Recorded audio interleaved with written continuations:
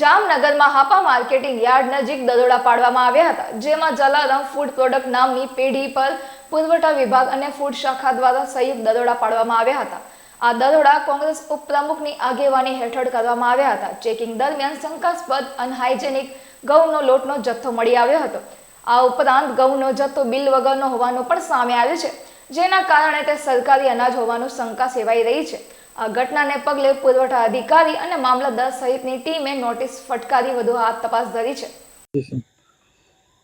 ફરિયાદના આધારે હાપા વેરહાઉસ જામનગર શહેરમાં મામલતદાર શહેરની ટીમ તથા જિલ્લા પુરવઠા કચેરીની ટીમ દ્વારા જલારામ ફૂડ પ્રોડક્ટ્સ ખાતે તપાસણી હાથ ધરવામાં આવેલ હતી, જે પ્રોસેસર છે અને સ્થળની તપાસણી કરતાં અસ્વચ્છતા જણાઈ આવેલ છે, જેથી ફૂડ સેફ્ટી ઓફિસરને પણ હાજર રાખી અને દંડાત્મક કાર્યવાહી કરવામાં આવેલ છે તથા હાજર બિલો તથા હાજર જથ્થાની તપાસણી કરતાં તેમાં વધઘટ આવેલી છે, જે બાબતે જલારામ ફૂડ પ્રોડક્ટ્સને નોટિસ આપી અને આગળની કાર્યવાહી નિયમ અનુસાર કરવામાં આવશે।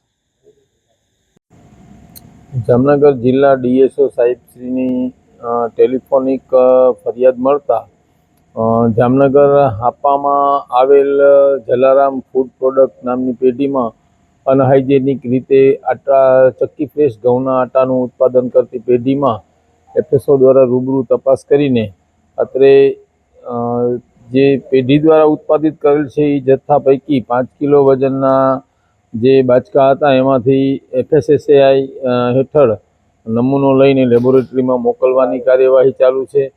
ઉપરાંત અનહાઇજેનિક કન્ડિશન હોવાને કારણે BPMC એક્ટની જોગવાઈઓ હેઠળ પેનલ્ટી અને હાઇજેનિક કન્ડિશન ન સુધરે ત્યાં સુધી પેઢીમાં ઉત્પાદન સ્થગિત કરાવવામાં આવેલ છે। હું મનોજ ચોવટિયા, ઉપપ્રમુખ જામનગર શહેર કોંગ્રેસ। આજ રોજ 4:30 વાગ્યે હાપા મુકામે સરકારી ગોડાઉનની પાછળ એક અનાજનું ગોડાઉન હતું, ત્યાં સ્થળ તપાસ કરતા અને મને એવી બાતમી હતી કે આ ગોડાઉનની અંદર જે સસ્તા અનાજનો ગરીબોનો અનાજ છે એમને 2 નંબરમાં લઈ નાના નાના છકડાઓથી અહીંયા એકત્રિત કરી અહીંયા એ લોકોએ લાઇસન્સ લોટ દળવાનું છે, ઘઉંનો લોટ બનાવવાનું, પરંતુ વધારાનો માલ ટ્રકમાં ભરી અને બહાર સપ્લાય કરે છે એવી મારી પાસે બાતમી હતી। 4:30 વાગે મેં સ્થળ તપાસ કરતાં અહીંયા એક ટ્રક ભરાતો હતો, જેમના મેં વિડીયો ફૂટેજ ઉતારેલા છે અને એમ આ ગોડાઉન જેમનું છે એ ભાઈને મેં પૂછતા મને સંતોષકારક જવાબ ન મળતા મેં મીડિયાને અને પુરવઠા વિભાગને જાણ કરતાં પુરવઠા વિભાગની આખી ટીમ આવેલી છે અને તપાસ કરે છે। હવે શંકાના દાયરામાં હોય અને સ્થળ તપાસ કરતાં મને એવું લાગેલું હોય એટલે મેં આ લોકોને બોલાવેલા છે અને મીડિયાને પણ બોલાવેલ છે।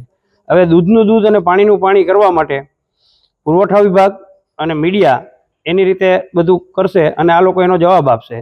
મારી માગણી એવી છે કે જો આ મને જે શંકા છે એ સત્ય હોય તો વહેલામાં વહેલી તકે આ જે સસ્તા અનાજના વોર્ડવાળાઓ આ ભાઈને માલ સપ્લાય કરે છે એમના લાઇસન્સ રદ થવા જોઈએ, ગરીબોને એમના હકનું અનાજ મળવું જોઈએ અને આવા ગોરખ ધંધા કરતા હોય એ લોકોને આકરામાં આકરી સજા થવી જોઈએ।